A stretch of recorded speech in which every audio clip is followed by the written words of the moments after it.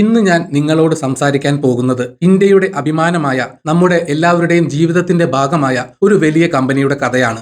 ആ കമ്പനിയുടെ പേര് MRF എന്നാണ്. നമ്മൾ റോഡിലൂടെ യാത്ര ചെയ്യുമ്പോൾ എപ്പോഴും കാണുന്ന ഒരു പേരാണിത്. കാറുകളിലും ബൈക്കുകളിലും ബസ്സുകളിലുമെല്ലാം നമ്മൾ MRF എന്ന പേര് കാണുന്നു. ക്രിക്കറ്റ് മൈതാനത്ത് സച്ചിൻ ടെണ്ടുൽക്കറുടെയും വിരാട് കോഹ്ലിയുടെയും ബാറ്റിൽ നമ്മൾ ഈ പേര് കണ്ടിട്ടുണ്ട്. ചുവന്ന നിറത്തിലുള്ള ആ വലിയ അക്ഷരങ്ങളും മസിൽ പെരുപ്പിച്ചു നിൽക്കുന്ന ആ മസിൽമാൻ ചിത്രവും നമുക്കെല്ലാവർക്കും സുപരിചിതമാണ്. പക്ഷേ നിങ്ങൾ എപ്പോഴെങ്കിലും ചിന്തിച്ചിട്ടുണ്ടോ ഈ വലിയ കമ്പനി എങ്ങനെയാണ് തുടങ്ങിയതെന്ന്? ഇതൊരു വലിയ കോടീശ്വരൻ പെട്ടെന്ന് തുടങ്ങിയ ഒരു ബിസിനസ് ആയിരുന്നില്ല. മറിച്ച് ചെന്നൈയിലെ ഒരു ചെറിയ ഷെഡിൽ കുട്ടികൾക്ക് കളിക്കാനുള്ള ബലൂണുകൾ ഉണ്ടാക്കിക്കൊണ്ട് തുടങ്ങിയ ഒരു ചെറിയ സംരംഭമായിരുന്നു ഇത് എന്ന് പറഞ്ഞാൽ നിങ്ങൾ വിശ്വസിക്കുമോ? അതെ, അതാണ് സത്യം. ഒരു സാധാരണക്കാരന്റെ സ്വപ്നത്തിൽ നിന്ന് ഇന്ത്യയിലെ ഏറ്റവും വലിയ ടയർ കമ്പനിയായി മാറിയ MRFന്റെ കഥ ആരെയും അത്ഭുതപ്പെടുത്തുന്നതാണ്. കഠിനാധ്വാനത്തിന്റെയും ദീർഘവീക്ഷണത്തിന്റെയും തോൽക്കാൻ മനസ്സില്ലാത്ത പോരാട്ടത്തിന്റെയും കഥയാണിത്. മദ്രാസ് റബ്ബർ ഫാക്ടറി എന്ന MRFന്റെ പൂർണ്ണ രൂപം തന്നെ അതിന്റെ പാരമ്പര്യം വിളിച്ചോതുന്നു. ഇന്ന് നമുക്ക് ആ കഥയുടെ ഉള്ളറകളിലേക്ക് ഒന്ന് സഞ്ചരിക്കാം.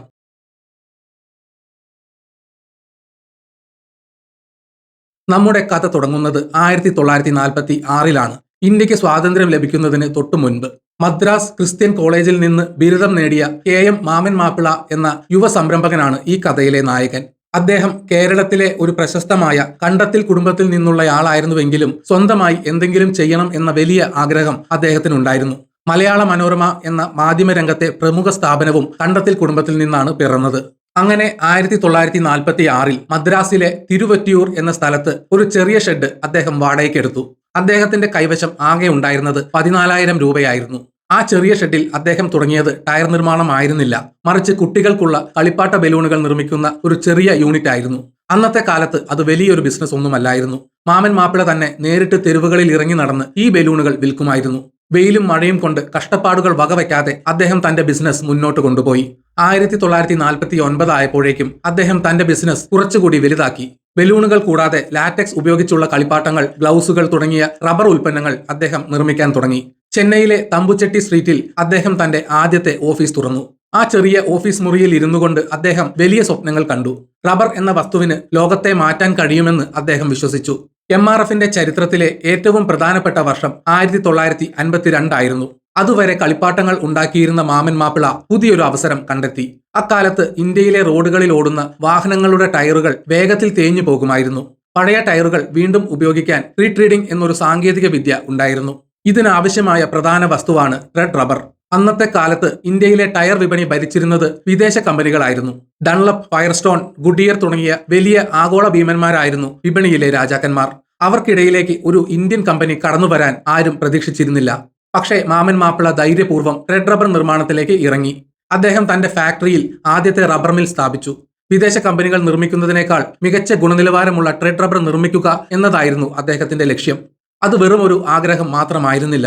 1955 ആയപ്പോഴേക്കും MRF നിർമ്മിക്കുന്ന റെഡ് റബ്ബർ വിദേശ കമ്പനികൾക്ക് ഉള്ളതിനേക്കാൾ മികച്ചതാണെന്ന് വിപണി തിരിച്ചറിഞ്ഞു. ഇന്ത്യൻ നിർമ്മിതം എന്ന് പറഞ്ഞാൽ ഗുണനിലവാരം കുറവായിരിക്കും എന്ന ധാരണ അദ്ദേഹം തിരുത്തിക്കുറിച്ചു. വെറും 4 വർഷം കൊണ്ട് 1956-ൽ ഇന്ത്യയിലെ റെഡ് റബ്ബർ വിപണിയുടെ 50% MRF സ്വന്തമാക്കി. വിദേശ കമ്പനികൾക്ക് MRFന്റെ മുന്നിൽ പിടിച്ചു നിൽക്കാൻ കഴിഞ്ഞില്ല. പല വമ്പൻ വിദേശ കമ്പനികളും റെഡ് റബ്ബർ നിർമ്മാണം നിർത്തി പിന്മാറാൻ നിർബന്ധിതരായി.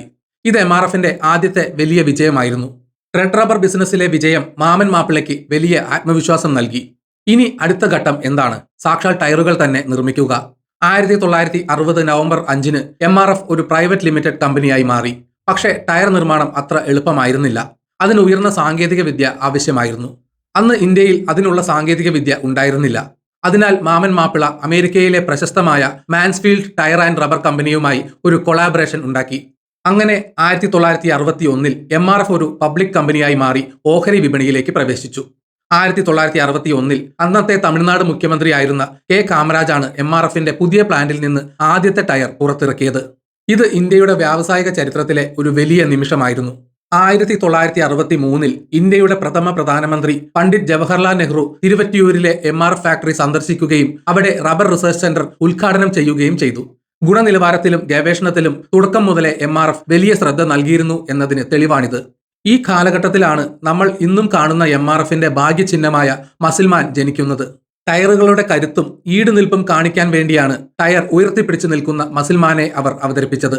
അത് പിന്നീട് ഇന്ത്യയിലെ ഏറ്റവും പ്രശസ്തമായ ബ്രാൻഡ് ലോഗോകളിൽ ഒന്നായി മാറി. സാധാരണഗതിയിൽ വിദേശ കമ്പനികൾ ഇങ്ങോട്ട് വന്ന് സാധനങ്ങൾ വിൽക്കുകയാണ് പതിവ്. എന്നാൽ MRF ആ പതിവ് മാറ്റിമറിച്ചു. 1964 തന്നെ ലെബനനിലെ ബെയ്റൂട്ടിൽ അവർ ഒരു ഓഫീസ് തുറന്നു. 1967 ടയർ സാങ്കേതിക വിദ്യയുടെ ജന്മനാടായ അമേരിക്കയിലേക്ക് ടയറുകൾ കയറ്റുമതി ചെയ്ത ആദ്യത്തെ ഇന്ത്യൻ കമ്പനിയായി MRF മാറി. അമേരിക്കൻ റോഡുകളിൽ ഇന്ത്യൻ ടയറുകൾ ഓടുക എന്നത് അന്ന് ചിന്തിക്കാൻ പോലും കഴിയാത്ത കാര്യമായിരുന്നു. ആ അഭിമാനം MRF ഇന്ത്യക്ക് നൽകി. 1973 നൈലോൺ ടയറുകൾ നിർമ്മിക്കുന്ന ഇന്ത്യയിലെ ആദ്യത്തെ കമ്പനികളിൽ ഒന്നായി MRF മാറി. സാങ്കേതിക വിദ്യയിൽ എപ്പോഴും മുന്നിൽ നിൽക്കാൻ അവർ ശ്രദ്ധിച്ചു. 1980കളിൽ ഇന്ത്യൻ വാഹന വിപണിയിൽ ഒരു വിപ്ലവം നടന്നു. സാധാരണക്കാർക്ക് വാങ്ങാൻ കഴിയുന്ന മാരുതി 800 കാർ വിപണിയിലെത്തിയ സമയം. ഈ ചെറിയ കാറിന് അനുയോജ്യമായ ടയറുകൾ വേണമായിരുന്നു. മാരുതി സുസുക്കി അവരുടെ കാറുകൾക്കായി തിരഞ്ഞെടുത്തത് MRF ടയറുകളെയാണ്. ഇന്ത്യയിലെ ആദ്യത്തെ മോഡേൺ കാറായ മാരുതി 800 MRF ടയറുകളിലാണ് ഓടിത്തുടങ്ങിയത്. ഇത് MRFന്റെ വളർച്ചയിൽ വലിയൊരു നാഴികക്കല്ലായി മാറി. കാർ വിപണി വളരുന്നതിനൊപ്പം MRFും വളർന്നു. MRF എന്നാൽ ടയർ മാത്രമല്ല എന്ന് പലർക്കും അറിയില്ല. 1980കളുടെ അവസാനത്തിൽ ലോകത്തിലെ ഏറ്റവും വലിയ കളിപ്പാട്ട നിർമ്മാതാക്കളായ ഹാസ്ബ്രോയുമായി ചേർന്ന് MRF ഫൺ സ്കൂൾ എന്ന കമ്പനി തുടങ്ങി. ഇന്നും കുട്ടികൾക്ക് ഏറ്റവും പ്രിയപ്പെട്ട കളിപ്പാട്ടങ്ങൾ നിർമ്മിക്കുന്നത് ഫൺ സ്കൂളാണ്. ബലൂൺ വിറ്റ് തുടങ്ങിയ ഒരു കമ്പനി കുട്ടികളുടെ കളിപ്പാട്ടങ്ങളിലേക്കുള്ള ആ പഴയ ബന്ധം ഒരിക്കലും ഉപേക്ഷിച്ചില്ല. അതുപോലെ തന്നെ പെയിന്റ് നിർമ്മാണത്തിലേക്കും കൺവെയർ ബെൽറ്റുകളുടെ നിർമ്മാണത്തിലേക്കും അവർ കടന്നു. MRF വെയ്പോക്യൂർ പെയിന്റുകൾ വിപണിയിൽ ശ്രദ്ധ നേടി. ഇന്ത്യക്കാർക്ക് ക്രിക്കറ്റ് വെറും ഒരു കളിയല്ല, അതൊരു വികാരമാണ്. ഇത് കൃത്യമായി മനസ്സിലാക്കിയ ബ്രാൻഡാണ് MRF. 1987 ഇന്ത്യയിൽ ഫാസ്റ്റ് ബൗളർമാരെ വളർത്തിയെടുക്കാൻ വേണ്ടി അവർ MRF പേസ് ഫൗണ്ടേഷൻ ആരംഭിച്ചു. ഓസ്ട്രേലിയൻ ക്രിക്കറ്റ് ഇതിഹാസം ഡെന്നിസ് ലിലി ആയിരുന്നു ഇതിന്റെ ഡയറക്ടർ. ജവഗൽ ശ്രീനാഥ്, വെങ്കടേഷ് പ്രസാദ്, സഹീർ ഖാൻ, ഇർഫാൻ പത്താൻ തുടങ്ങി ലോകം വിറപ്പിച്ച പല ഇന്ത്യൻ ബൗളർമാരും ഈ അക്കാദമിയിൽ നിന്ന് വന്നവരാണ്. എന്നാൽ MRF എന്ന പേര് നമ്മുടെ മനസ്സിൽ പതിയാൻ ഏറ്റവും വലിയ കാരണം സച്ചിൻ ടെണ്ടുൽക്കർ ആണ്. ജീനിയസ് എന്ന് എഴുതിയ ആ ബാറ്റിന്റെ താഴെ MRF എന്ന ലോഗോ പതിച്ച ബാറ്റ് കൊണ്ട് സച്ചിൻ അടിച്ചുകൂട്ടിയ സെഞ്ചുറികൾ നമ്മൾക്കൊരിക്കലും മറക്കാനാവില്ല. സച്ചിന് ശേഷം Brian Lara, Steve Waugh, Gautam Gambhir, Rohit Sharma, Virat Kohli വരെ ആ പാരമ്പര്യം തുടരുന്നു. ക്രിക്കറ്റിലൂടെ MRF ഇന്ത്യയിലെ ഓരോ വീട്ടിലും എത്തിച്ചേർന്നു. വെറും പരസ്യം മാത്രമല്ല MRF ചെയ്യുന്നത്. കാറോട്ട മത്സരങ്ങളിലും അവർ രാജാക്കന്മാരാണ്. ഏഷ്യൻ പസഫിക് റാലി ചാമ്പ്യൻഷിപ്പിലും യൂറോപ്യൻ റാലി ചാമ്പ്യൻഷിപ്പിലുമെല്ലാം MRFന്റെ സ്വന്തം ടീമുകൾ വിജയിച്ചിട്ടുണ്ട്. ഫോർമുല കാറുകൾക്ക് വേണ്ടിയുള്ള ടയറുകൾ നിർമ്മിക്കുന്ന ഒരേ ഒരു ഇന്ത്യൻ കമ്പനി MRF ആണ്. ഇന്ത്യൻ വ്യോമസേനയുടെ സുഖോയ് ഫൈറ്റർ ജെറ്റുകൾക്ക് വരെ ടയറുകൾ നിർമ്മിക്കാൻ MRF തിരഞ്ഞെടുക്കപ്പെട്ടു എന്നത് അവരുടെ സാങ്കേതിക തികവിന്റെ തെളിവാണ്. ഇന്ന് MRF എവിടെ എത്തി നിൽക്കുന്നു എന്ന് നോക്കാം. 2023ലും 2024ലും MRF ഓഹരി വിപണിയിൽ ഒരു ചരിത്രം സൃഷ്ടിച്ചു. ഇന്ത്യയിൽ ഒരു ഓഹരിക്ക് 1 ലക്ഷം രൂപ വില കടക്കുന്ന ആദ്യത്തെ കമ്പനിയായി MRF മാറി. 14,000 രൂപയ്ക്ക് തുടങ്ങിയ ഒരു കമ്പനിയുടെ ഒരു ഓഹരിക്ക് ഇന്ന് 1 ലക്ഷത്തിന് മുകളിൽ വിലയുണ്ട് എന്നത് ആ കമ്പനിയുടെ വളർച്ചയുടെ വലിപ്പം കാണിക്കുന്നു.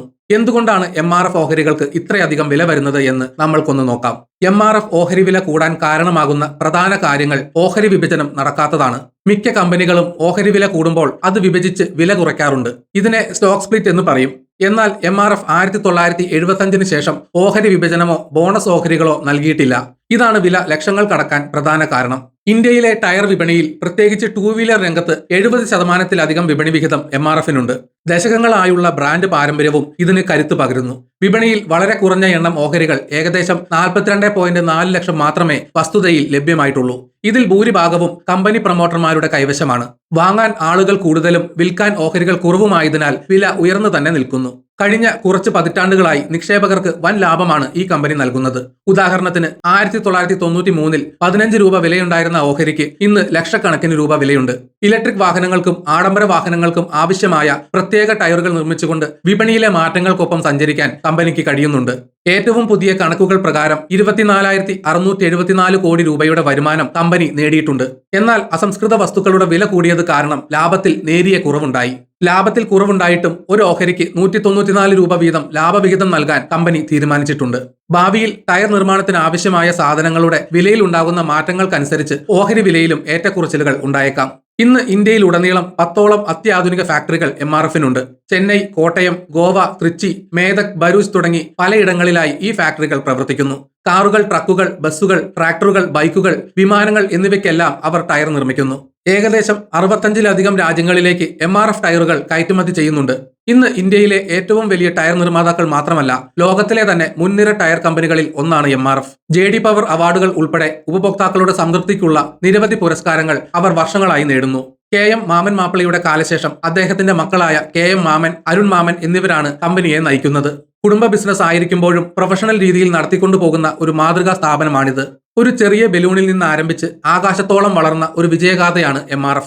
KM മാമൻ മാപ്പിള എന്ന മനുഷ്യൻ വിദേശ കമ്പനികൾ അടക്കി വാണിരുന്ന ഒരു വിപണിയിൽ എനിക്ക് ജയിക്കണം എന്ന വാശിയോടെ പോരാടിയതിന്റെ ഫലമാണ് നമ്മൾ ഇന്ന് കാണുന്ന ഈ സാമ്രാജ്യം. അദ്ദേഹം നമ്മളെ പഠിപ്പിക്കുന്ന ചില പാഠങ്ങളുണ്ട്. തുടക്കം എത്ര ചെറുതാണെങ്കിലും സ്വപ്നങ്ങൾ വലുതായിരിക്കണം. ഗുണനിലവാരത്തിൽ വിട്ടുവീഴ്ച ചെയ്യരുത്. മാറ്റങ്ങളെ ഭയക്കാതെ പുതിയ സാങ്കേതിക വിദ്യകളെ കൂട്ടുപിടിക്കണം. ഇന്ത്യക്ക് ലോകത്തിന് മുന്നിൽ തലയുയർത്തി നിൽക്കാൻ കഴിയുന്ന ബ്രാൻഡുകൾ ഉണ്ടാക്കാൻ സാധിക്കുമെന്ന് MRF തെളിയിച്ചു. ഈ കഥ നമുക്ക് ഓരോരുത്തർക്കും ഒരു പ്രചോദനമാകട്ടെ. വീഡിയോ കണ്ട എല്ലാവർക്കും നന്ദി.